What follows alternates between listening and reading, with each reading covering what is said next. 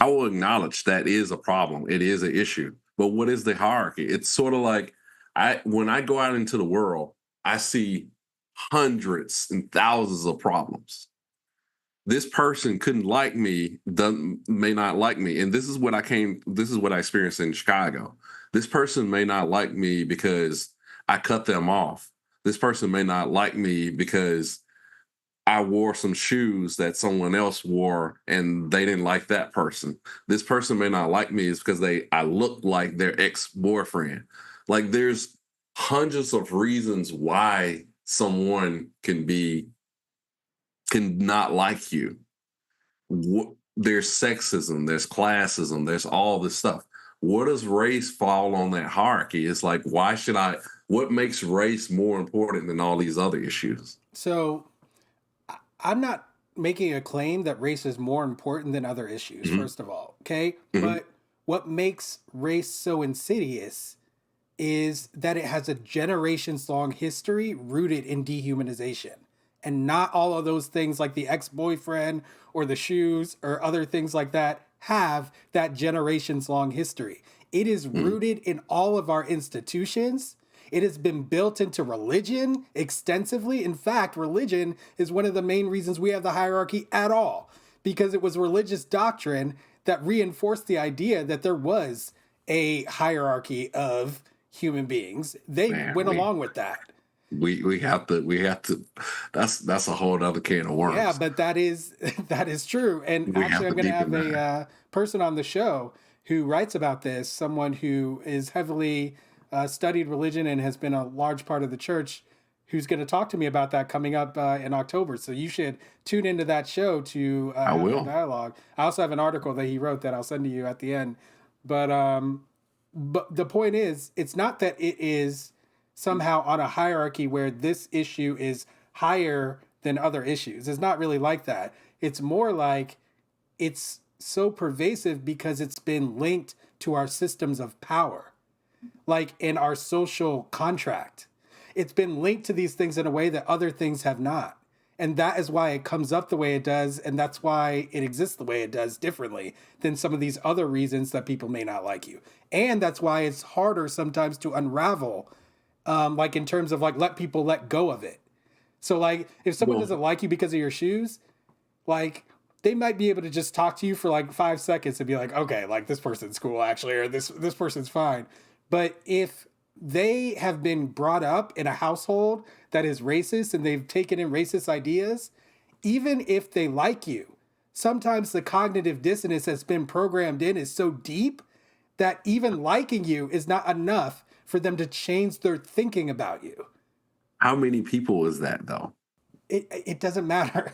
like I know I'm you're trying to stuck think on about that, my but everyday experiences, and I'm like, well, there's two questions to that, and we need to probably get to some more questions. But there's two questions I have to that. How many people is that? And again, how does that affect my like if I'm very task oriented or practical minded. I'm like, I only handle problems based on the severity of the problem. Like, that's yes, probably something why you're could having be. such a hard time with this, is because the severity of this problem is not something that is always easily perceptible.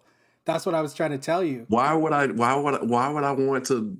After all, out of all the problems I have on an everyday basis, why would I want to wrestle with a problem that's like so vague and nebulous that I never I mean, you don't. experienced? You should do whatever you want. I mean, but what I'm going to tell you, I mean, all I can Uh, tell you is why I wrestle with it, right?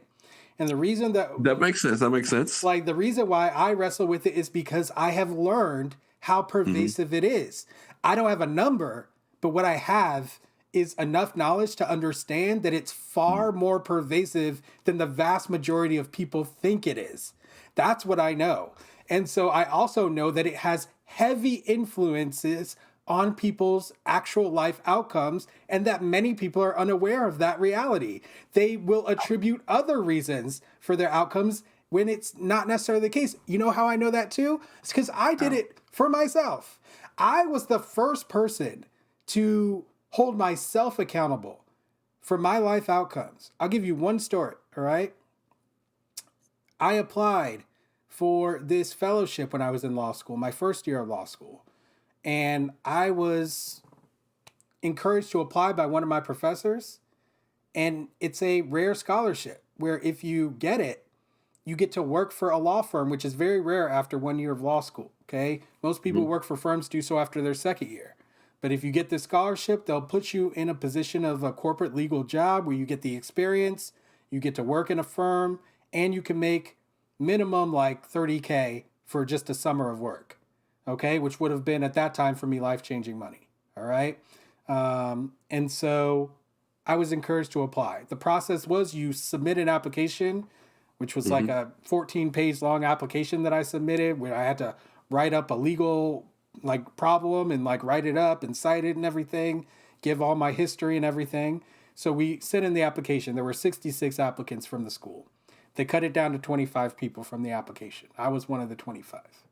Then they interviewed all of us. A panel of 6 professors at the school interviewed all 25 of us.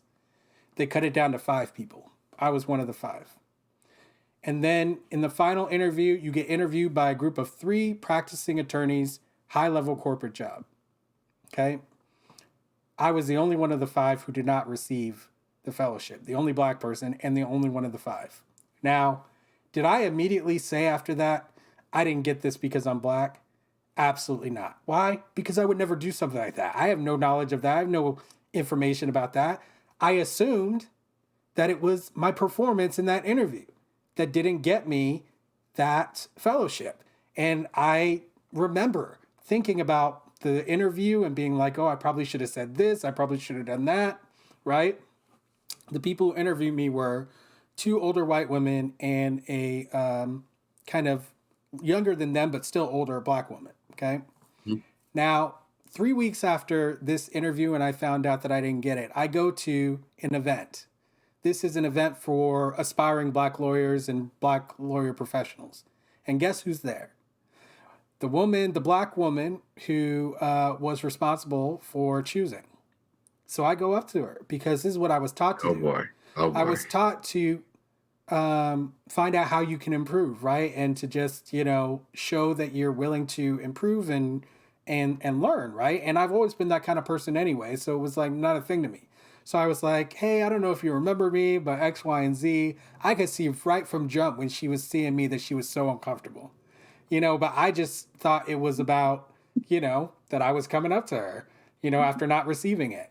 But I was very gracious with her and being like, listen, I didn't end up getting it, as you probably know. And I was like, I just want to know what I can do differently to improve for next time. Bro, her reaction to me asking that, it chilled me. It shocked me because she was like, listen, she was like, I chose you. First, that's the first thing she said. She was like, I chose you. Okay. I don't even want to tell you what you could do differently because it would be disingenuous of me to say that there was something you could have done differently that would have gotten you that.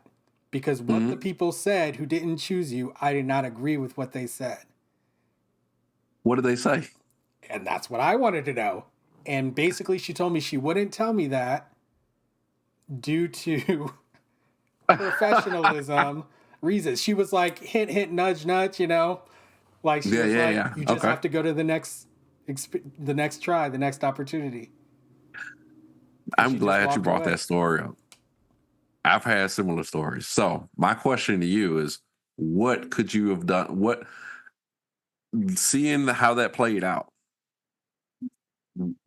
what could you have changed, or how? I guess what I'm trying to say is, what is the lesson, the useful lesson that we can take out of this?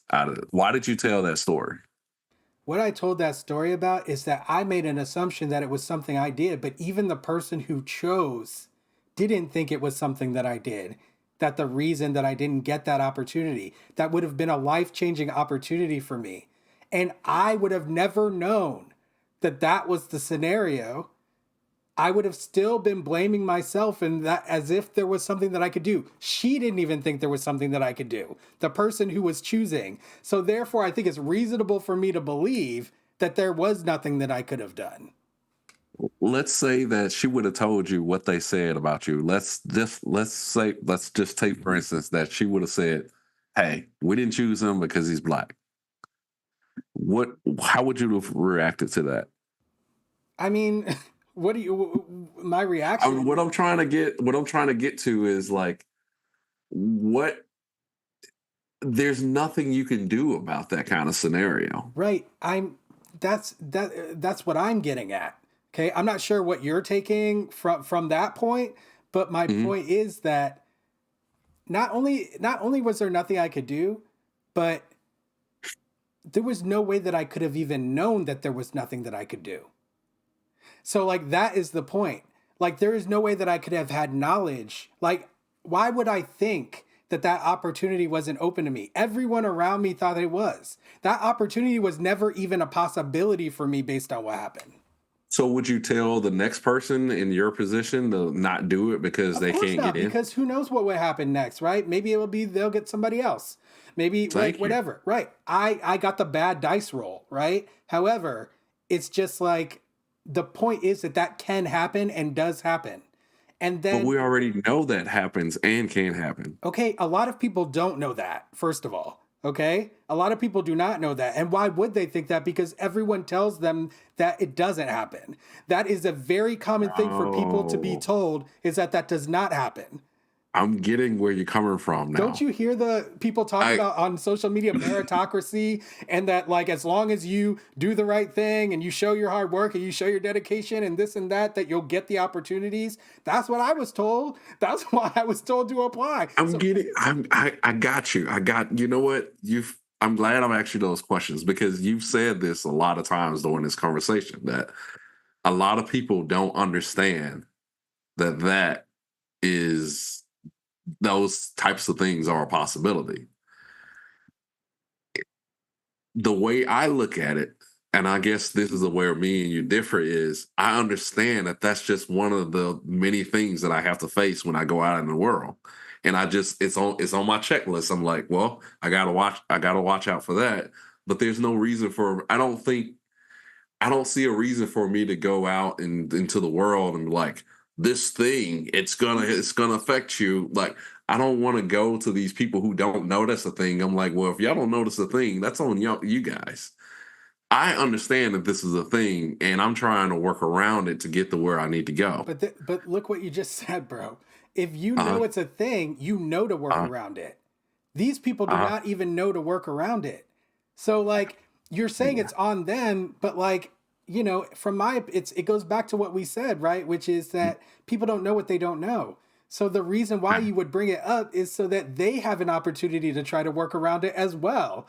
Like I try I mean, it it makes goes sense. yeah, I mean it goes back to like living in a society and looking out for your fellow man like and not just letting people drown when you see like so it's like if you know about riptides and someone's never heard about a riptide and they're about to go into the ocean and riptides are possible and you're just like all right well have fun and you just Well, watch them go in there. here's the thing. Here's the thing. I like that illustration. So you say riptides. I don't think that the racial thing is a riptide. I think it's just like I don't know, a small wave. For me, brother, it lost me 30K. 30K of life-changing money over 3 months that would have radically changed my experience. I ended up homeless during law school. That would have never happened to me had I received that opportunity. The next year, I ended up homeless, like about a year later. And like Wow. that would have Yeah. never occurred had some woman, two women, not decided to stop me from getting that opportunity for no reason that had to do with my actual qualifications and performance.